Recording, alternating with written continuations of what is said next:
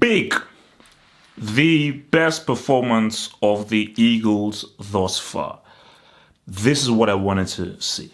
It's what I wanted to see. The only annoyance is the game should have been put away a lot earlier. Let me put that put a ring on. Put a ring on.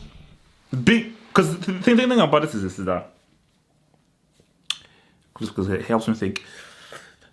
That is what I wanted to see, because what I wanted is, this is a young team. I wanted a young team to take Nigeria into the future. Okay, whether they with a young team, but just get a young team. And at the core of what that performance was about, although I would like Aina to be in there, was indeed his work in the midfield. Indeed his work in the midfield. And what Iwobi and your boy Chukwueze was doing. Nigeria, we may have ourselves a new superstar. We all thought it was going to be Kelechi Iheanacho. He's now ended up being a Class B break. In Samuel Chukwueze, 20 years old, he reminds me of Robin. Nobody will ever be Robin, I understand, but he just reminds me of Robin. He's just making in for himself. But the way in which he plays, he dices, how difficult he is to get the ball off him, how he always keeps the ball to his left, how he's shoulder, he's flipping body, man. I want that. It's one thing I like, But what he has that Robin didn't really have is he knows how to get to the byline and put in that cross. So if Chukwueze works on his shooting is far more accurate. So, but look, this was a tough game, and I think, when I look at South Africa, that's a good side. Very well coached. I really like what your boy Percy Tau does, and they made it hard. South Africa made it hard for Nigeria, and Nigeria has to really work hard, because I think, especially when it's got to the second half and Nigeria didn't put South Africa away, you saw how South Africa were combining passes, how they were trying to really, how well they transitioned from midfield to attack so swiftly, so smoothly, and you saw how, these guys are really a threat and they really know how to play. So Nigeria had to really dig in deep, and I think, but what I liked about it was the reaction. You saw the reaction in the Cameroon game. And yet again, 1-1, looking like it was headed to extra time. Nigeria said, no, we don't want extra time. Let's end it right now. Although it was, you could argue it was fortuitous, and South African keeper made a poor mistake, but you got to be there. You got to have the mentality. You could have the mentality to win and the willingness to win, and Nigeria's willingness to win. Like, no, we have to. However, it gets to get the goal. It was beautiful. So the team is getting there. They're still not there yet. They're still not there yet. Musa, at the core, I love him. I appreciate what he does and everything from the country. I think he's a far better captain than Mikel has played his final game internationally, in my view. But Musa, he is essentially a pace matcher. That's not to take anything away from him. He is useful. He's effective. I do like his efforts and what he does bring to the team. But you see, for me, Chukwueze brings far more. He brings far more thought into that flank, whereas Musa doesn't. For me, I think Simon Moses might be a central player. I don't think he's a wide player. So I think that's an area that Nigeria needs to really try and find out who can really be a proper debutant to Musa. Because when Simon Moses came, I was like, I don't think he works well. Like, you have to know how to play that position. You have to have guys who are naturally adept at playing the flank. You saw the issue of Iwobi where he can play there. Simon Moses can play there. But because they're not naturally adept, they don't give you the same kind of source that your boy Musa gives you, and especially your boy Chukwueze gives you. But I think, look, man, the team is growing. I'm liking how Omero was really growing into this team right now, and how he's really a mainstay. But I think, the key thing for Roy is have your defense, bro. Just have your defense. So the defense is Awaziem, Omero, Ekong, Aina. Even if the boy that came in for Aina, he did do a good, solid job. But I just think Aina, look, the guy plays for Torino. Okay, so I think that's just a far safer bet to have him there. But look, man, I liked what Nigeria are doing, and I think they have to feel confident with what is going to be a humongous game against South Africa on Sunday. Like, absolutely huge. Like, I don't even know how to even process that game, because I don't even know how to process the magnitude of that game, because that game is going to be massive. It's going to be a replay of the 1990 final. But there are promising signs, and look, man, they can win it.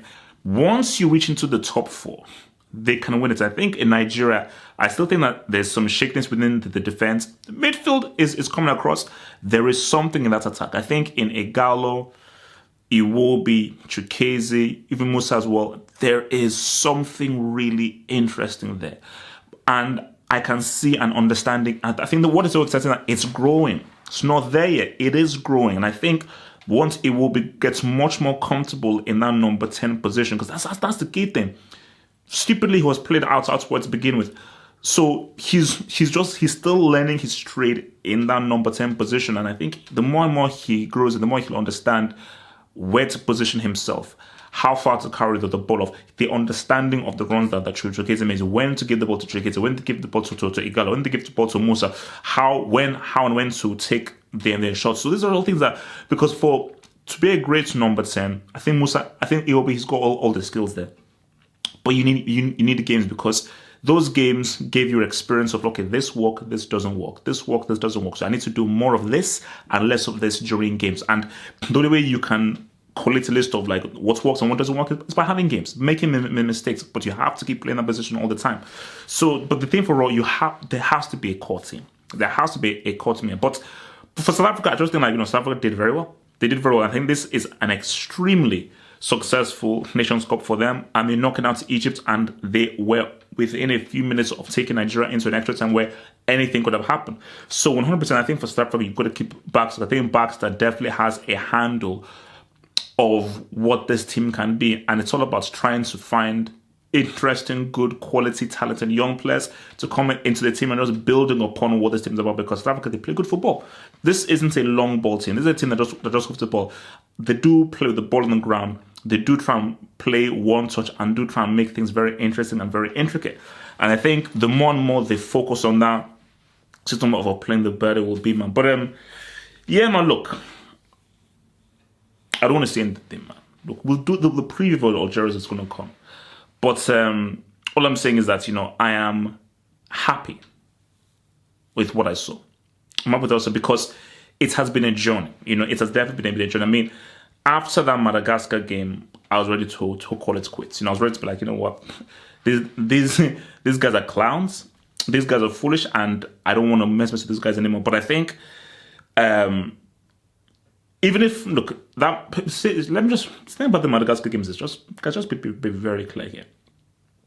People say, oh, he rested the team and stuff and everything. Even two things. Even if you rested the team, just to reiterate, even if you rested players for that game, that's actually a very unprofessional thing to do. You should always keep a consistency all the way through. Secondly of all, even a rested team should be good enough to beat Madagascar, in my opinion. But the beauty of that Madagascar game is that it showed that Mikel is done. It showed that Mikel no longer has a place within this national side, and I think he has to now step aside. Because if I see Mikel turn up for that Algeria game, I'm not watching the game. It's as simple as that. But I think the team has grown. But what I have to just happen about is future. What's that with Houston Stock? I believe that children are a future. Teach them well, let them lead the way.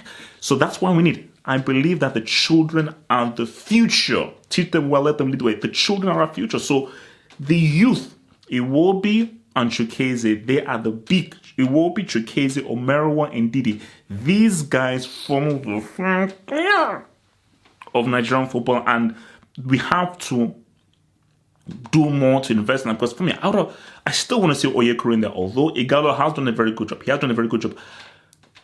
Thank you. Just quick PSA public announcements to General. I am begging you. I never want to see Unao play. There's nothing against Unao, nothing against him, his family, and so forth. I never want to see that guy sniff the squad. If you're bringing off Igalo, you're putting on Oyekuru. Nigeria don't play target man football. That doesn't happen. They tried to do that with Amiobi, but that didn't work. Nigeria don't play target man football. Nigeria strikers play football. They play football with the ball on their feet, and they help the teams. There's no long ball head on. Nah. But now he has no use to Nigerian football. No offense to him. No, not Premier Offensive football. There is no use of him in Nigeria. That's not what Nigerian football is about. Okay, so it's either Igalo or it's Oyekuru. That's how it works. Just to put it out there.